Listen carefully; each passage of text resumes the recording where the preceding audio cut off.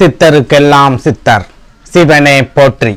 நம்மளோட பதிவுகள்ல தொடர்ச்சியா 12 ராசிகளுக்குமான மாசி மாத ராசி பலன்களை பார்த்துட்டு வரோம். அதோட தொடர்ச்சியா நம்மளோட இந்த பதிவுல ராசி கட்டத்துல 10வது ராசியா இருக்கக்கூடிய நில ராசியான மகர ராசிக்கு இந்த மாசி மாதத்தோட கிரக நிலைகளும் கிரக பெயர்ச்சிகளும் என்ன மாதிரியான பலன்களை கொடுக்க போகுது அப்படிங்கறத பத்தி கொஞ்சம் சுருக்கமா பார்க்க போறோம். அதனால மகர ராசி அன்பர்கள் இந்த வீடியோவை கொஞ்சம் கூட ஸ்கிப் பண்ணாம கடைசி வரைக்கும் முழுமையா பாருங்க.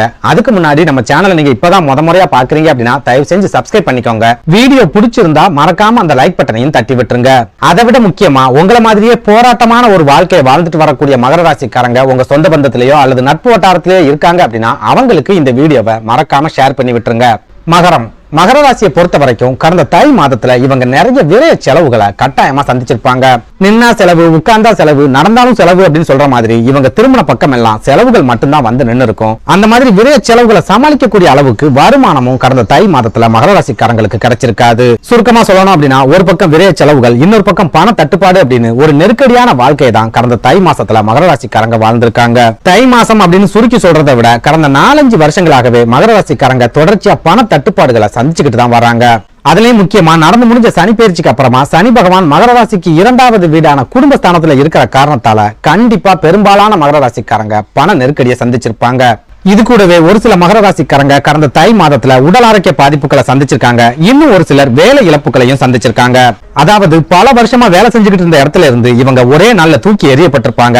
அப்படி இல்ல நான் இந்த வேலையை நமக்கு வேண்டாம் அப்படின்னு உதறிட்டு போகக்கூடிய அளவுக்கு நிறைய நெருக்கடிகளை வேலை பார்க்கிற இடத்துல கட்டாயமா சந்திச்சிருப்பாங்க. அதுலயும் முக்கியமா பெரும்பாலான மகர ராசிக்காரங்களுக்கு சக பணியாளர்கள் மூலமா தான் பிரச்சனைகளும் சிக்கல்களும் ஏற்பட்டிருக்கும். அவங்க மூலமாவே செய்யாத தப்புக்காக இவங்க பழிகளையும் சுமந்திருப்பாங்க.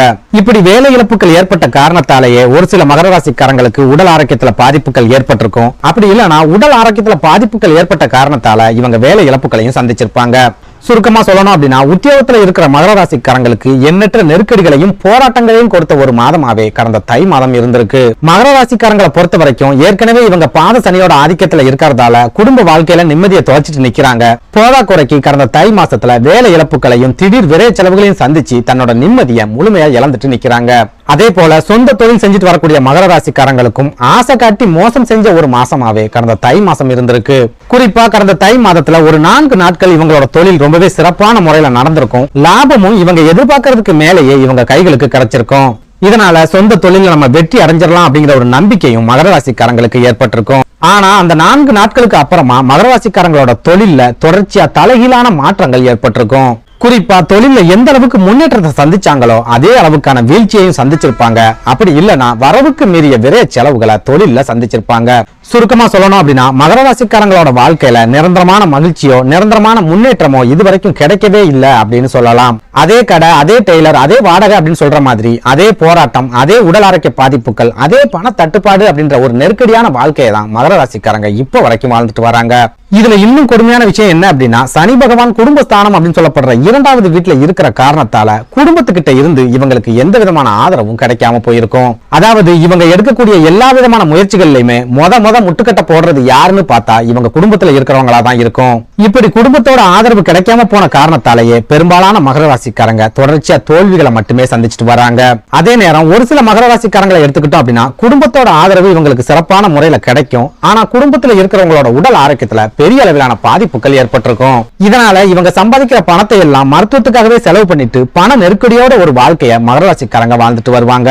இப்படி ஒரு நெருக்கடியான வாழ்க்கையை வாழ்ந்துட்டு வரக்கூடிய மகர ராசிக்காரங்களுக்கு கடந்த தை மாதத்தோட கிரக நிலைகள் எந்த விதமான நல்ல பலன்களையும் கொடுக்கல, எந்த விதமான யோகங்களையும் கொடுக்கல.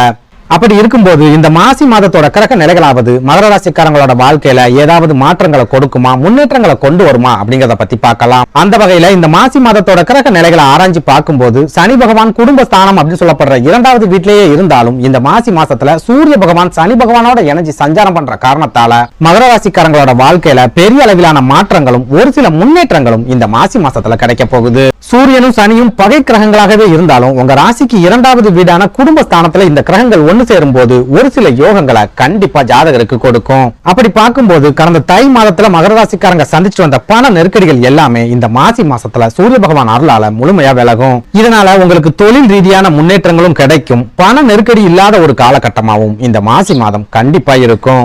அதே போல சூரிய பகவான் குடும்பஸ்தானத்துல இருக்காரு அப்படின்னாலே உங்க தந்தையோட ஆதரவும் ஒரு சில உதவிகளும் உங்களுக்கு கிடைக்க போகுது அப்படின்னு அர்த்தம். இதனால உங்க தந்தை கூட உங்களுக்கு இருந்துட்டு வரக்கூடிய மனக்கசப்புகள் இந்த மாசி மாசத்துல முழுமையா விலகும். ஏதாவது ஒரு வகையில உங்க தந்தை மூலமா உங்களுக்கு உதவிகளும் கிடைக்கும். இது கூடவே ஒரு சில மகர ராசிக்காரங்களுக்கு தந்தை வழி சொந்த பந்தங்கள் மூலமா உதவிகள் கிடைக்கிறதுக்கும் இந்த மாசி மாசத்துல அதிகமான வாய்ப்புகள் இருக்கு. இது கூடவே புதன் பகவானும் இந்த மாசி மாசத்தோட தொடக்கத்துல சனி மற்றும் சூரிய பகவானோட இணைஞ்சு 2வது வீடான குடும்பஸ்தானத்துல சஞ்சாரம் பண்றார். புதன் பகவான் சூரிய பகவானோட இணையும் போது புதாதித்ய யோகம் உருவாகுது. இந்த யோகத்தால உங்களோட பண வரவு 2 மடங்கு அதிகரிக்கக்கூடிய காலகட்டமா இந்த மாசி மாதம் இருக்க போகுது.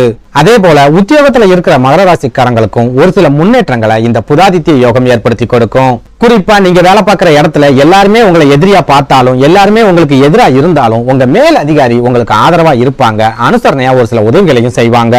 இதனால நீங்க வேலை பார்க்கிற இடத்துல உங்களுக்கு பொறுப்புகள் அதிகரிக்கும். பெரிய அளவுக்கு நெருக்கடிகள் இல்லாத காலகட்டமாகவும் இந்த மாசி மாதம் இருக்கும். அதே நேரம் என்னதான் சூரியனும் புதனும் உங்களுக்கு சிறப்பான யோக பலன்களை கொடுத்தாலும் சனி பகவானும் 2வது வீட்டுல இருக்கிற காரணத்தால ஒரு சில குடைச்சல்களையும் கண்டிப்பா ஏற்படுத்துவார். குறிப்பிட்டு சொல்லணும் அப்படின்னா பண வரவு இந்த மாசி மாசத்துல உங்களுக்கு தாராளமாவே இருந்தாலும் வரவுக்கேற்ற செலவுகளும் கட்டாயமா இருக்கும். அதுலயும் முக்கியமா பணம் எந்த வழியிலலாம் உங்க கைகளுக்கு வருது அப்படிங்கறத உங்களால கண்காணிக்க முடியும். ஆனா அந்த பணம் எந்த வழியிலலாம் செலவாகுது அப்படிங்கறத உங்களால கண்காணிக்கவே முடியாது.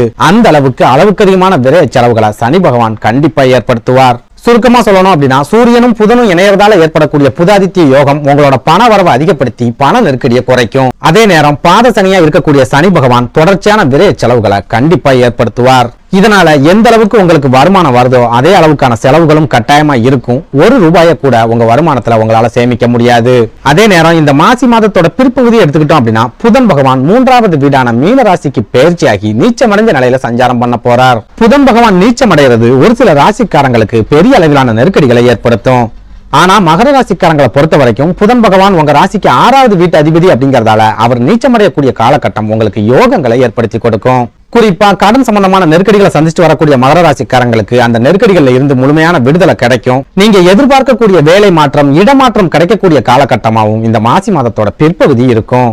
அடுத்ததா சுக்கிர பகவானை பொறுத்த வரைக்கும் இந்த மாசி மாசத்துல உங்களோட ஜென்ம ராசியான மகர ராசியில உச்சம் பெற்ற செவ்வாய் பகவானோட இணைஞ்சு சஞ்சாரம் பண்றார். உங்க ராசிக்கு 5 மற்றும் 10வது வீட்டுக்கு அதிபதியா இருக்கக்கூடிய சுக்கிர பகவான் உங்களோட ஜென்ம ராசியில சஞ்சரிக்கிறார் அப்படின்னா யோகங்களை கொடுக்க போறார் அப்படின்னு அர்த்தம். குறிப்பா சுக்கிர பகவான் ஜென்ம ராசியில சஞ்சாரம் பண்ணக்கூடிய இந்த காலகட்டத்துல திருமண தடைகள் முழுமையா விலகும். திருமணம் சம்பந்தமா நீங்க எடுக்கக்கூடிய முயற்சிகள்ல சிறப்பான முன்னேற்றங்களும் கிடைக்கும்.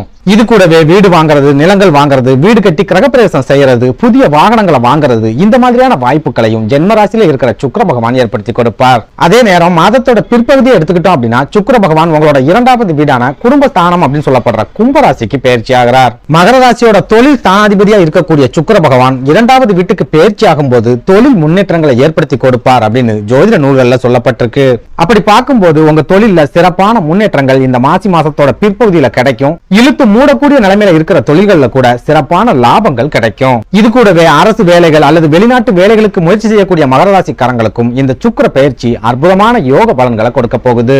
சுருக்கமா சொல்லணும் அப்படின்னா இந்த மாசி மாதம் முழுக்க மகர ராசிக்காரங்களுக்கு மாற்றங்களையும் முன்னேற்றங்களையும் கொடுக்கக்கூடிய காலகட்டமாவே இருக்க போகுது. நன்றி, வணக்கம்.